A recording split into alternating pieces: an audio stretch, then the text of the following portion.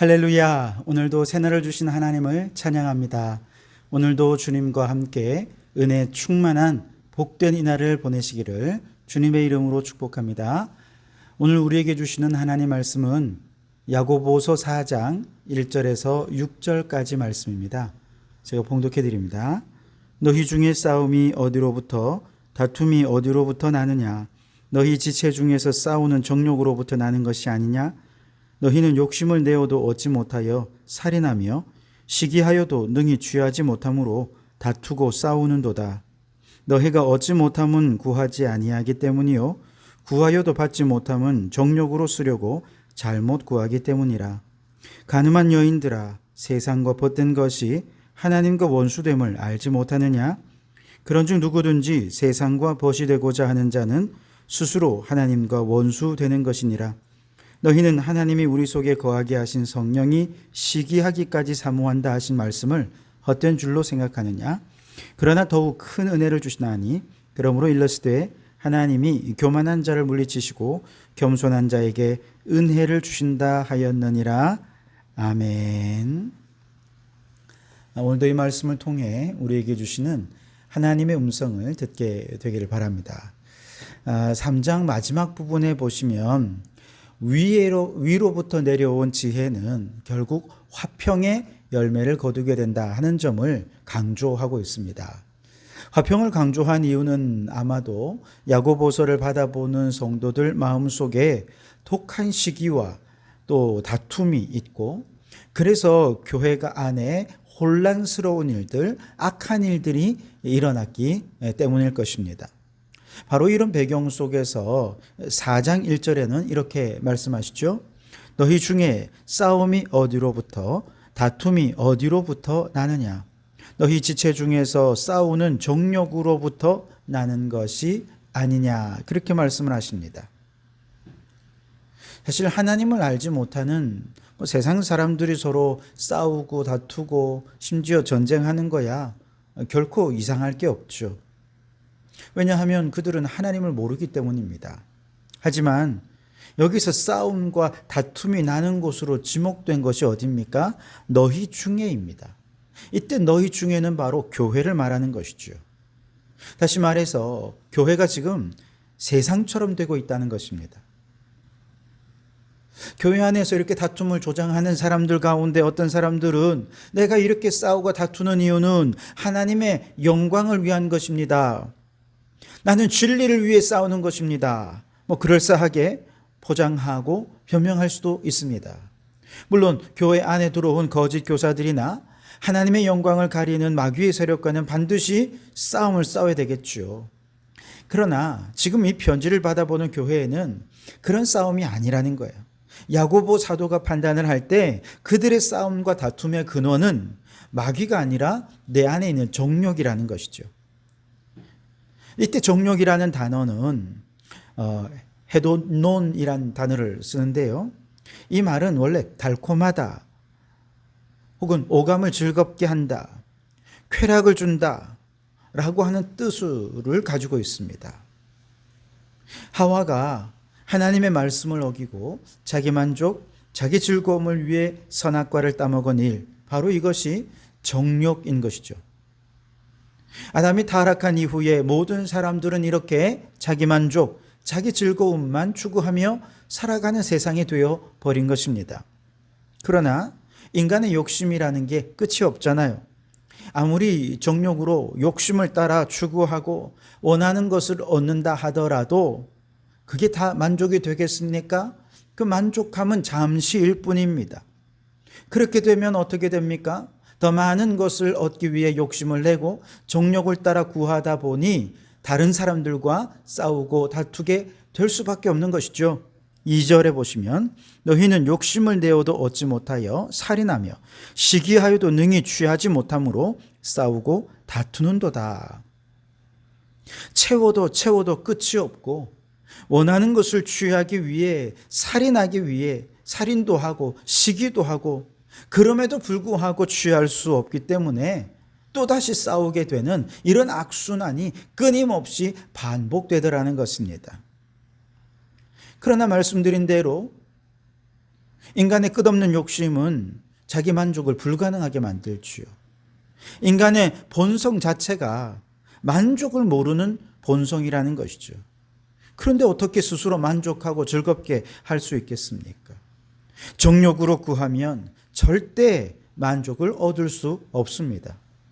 진정한 만족은 하나님께서 주시는 영적 만족에서부터 출발하는 것입니다. 내 마음에 천국이 이루어지고 내 마음에 만족함이 있으면 실제로 아무것도 가진 것 없어도 행복합니다. 그저 주님만으로 기뻐하고 감사하고 또 주님 안에서 즐기는 삶을 살 수 있게 되는 것이지요. 문제는 영적인 만족을 얻고 마음의 천국을 얻기 위해서는 기도해야 하는 것이지요. 2절 하반절을 보시면 너희가 얻지 못함은 구하지 아니하기 때문이라 그랬습니다. 기도를 해야 영적 만족을 누리고 영적인 만족을 얻어야 인생의 만족함을 누리며 살아갈 수 있는데 기도를 안 한다는 것이지요. 우리가 영적 만족을 위해 구해야 할 것은 무엇입니까? 바로 주님의 십자가의 은혜입니다. 나 같은 죄인 살리신 주님의 구원의 은혜만 있으면 이 세상의 것은 다 배설물처럼 버릴 수 있습니다. 지옥에서 천국으로 가는 은혜를 얻었는데 마귀의 종로로 타던 자가 하나님의 자녀가 되는 이 놀라운 은혜를 얻었는데 이미 우리의 모든 삶이 하나님의 은혜 속에 있음을 깨달았는데 무엇이 욕심이 나겠습니까? 그러니 우리는 주님의 십자가의 은혜를 구해야 하는 것이죠. 안타깝게도 우리가 이 은혜는 어떻게 깨닫느냐? 기도하는 자가 깨달아야 하지만 기도를 안 한다는 것입니다. 이전에 정욕으로 가득 차 있을 때는 몰랐던 십자가 은혜, 기도해야 깨달아집니다. 인간의 욕심이 가득할 때는 깨닫지 못했었는데 기도하니 내가 숨쉬고 살아가는 모든 순간이 다 하나님의 은혜였음이 깨달아지고 믿어지는 것이지요. 그러니 기도하면 우리의 마음에 천국이 이루어지고 감사하게 됩니다. 그런데요, 어떤 분들은 이렇게 말합니다. 저는 기도하는데 그래도 영혼의 만족감이 없는걸요? 아마 따지기도 할 것입니다. 이에 대해 야고보 사도는 3절에서 이렇게 대답합니다. 구하여도 받지 못함은 정욕으로 쓰려고 잘못 구하기 때문이라 말씀하셨습니다. 기도의 동기가 지극히 인간적이고 이기적인 정욕을 위해 기도를 하더라는 것이지요. 그러나 여러분, 기도라는 게 원래 무엇입니까? 하나님의 뜻을 알고자 하는 것이 기도의 동기가 되어야지요. 하나님의 뜻을 기도를 통해 깨닫고 그 기도를 통해 그 뜻에 순종할 수 있는 힘을 얻게 되는 것이죠. 내가 원하는 것을 얻는 것이 기도가 아니라 하나님이 원하시는 것이 무엇인지 알고 순종해서 결국 하나님의 뜻을 이루는 것, 이것이 기도의 동기고 기도의 목적이라는 것이죠. 물론 우리의 필요를 위해서도 당연히 기도를 하죠. 그러나 우리가 필요로 하는 것이 하나님의 뜻과 일치되는 것인지 아니면 인간적인 정욕으로 구하는 것인지 기도 중에 성령님께서 깨달아지게 하십니다. 그러면 기도 중에 기도가 바뀝니다. 아버지 뜻이 이루어지기 원합니다 라는 기도를 드리게 되고 그 뜻에 순종하게 되는 것이죠. 다시 말해서 기도는 자기를 부인하고 주님의 뜻을 따르게 하는 것이 바로 기도라는 것입니다. 예수님께서 겟세마네 동산에서 십자가를 앞두고 기도하실 때 처음에는 심한 괴로움과 죽을 것 같은 고통 속에서 기도하실 때 제발 이 잔을 내게서 옮겨주십시오 라고 기도했습니다. 그러나 기도를 거듭하면 거듭할수록 아버지의 뜻이 분명해졌죠. 하나님의 뜻이 무엇입니까? 십자가를 통해 온 인류를 구원하는 것 아니겠습니까? 이것이 예수님께서 이 땅에 오신 가장 중요한 목적이었던 것이죠. 그래서 기도 가운데 하나님의 뜻을 다시 한 번 더 확인하신 예수님께서 결국 자신의 뜻을 내려놓으면서 마지막에 이렇게 기도하시지요. 마가복음 14장 36절. 그러나 나의 원대로 마옵시고 아버지의 원대로 하옵소서. 여러분, 이것이 기도입니다. 그런데 3절에서는 기도는 하면서도 자신을 부인할 줄 모릅니다. 오히려 끊임없이 정욕을 채우기 위해 기도하더라는 것입니다. 그러니 영혼의 만족을 누릴 수 없고 영혼이 만족하지 않으니 아무리 세상적으로도 채워져도 결국에는 공허함만 남게 되더라는 것이죠. 얼마나 불행합니까? 그 가운데 더 많은 것을 얻기 위해 끊임없이 추구하면서 싸우고 다투고 불행해지는 일이 교회 안에도 일어나더라는 것이죠. 이처럼 정욕으로 잘못 구하는 사람들을 향해 야고보 사도는 4절에서 이렇게 얘기합니다. 간음하는 여인들아, 꾸짖는 것이죠. 구약 성경에는 하나님과 우상을 겸하여 섬기는 사람들을 음녀라, 영적 간음이라 이렇게 표현을 했습니다. 마찬가지예요. 신약에도 하나님을 섬기고 또한 세상의 즐거움도 포기할 줄 모르는 두 마음을 품는 사람들을 향해 음녀다, 영적 간음을 행하는 것이다, 그렇게 표현을 합니다. 기도하면서 끝내 세속적인 정욕을 포기하지 못해서 세상과 버탄다면 그것은 하나님께서 정말로 가증히 여기시는 죄악입니다. 4절을 다시 보시면 간음한 여인들아, 세상과 벗된 것이 하나님과 원수됨을 알지 못하느냐. 그런즉 누구든지 세상과 벗이 되고자 하는 자는 스스로 하나님과 원수가 되는 것이니라. 그렇게 말씀하십니다. 성도가 기도하지 않는 것 심각한 문제인 것처럼 성도가 정욕에 쓰려고 기도하는 것 역시 심각한 문제라는 것이죠. 둘 다 모두 교회를 세속화시키는 것이기 때문에 그렇습니다. 그러나 세상도 사랑하고 하나님도 사랑하는 것은 불가능합니다.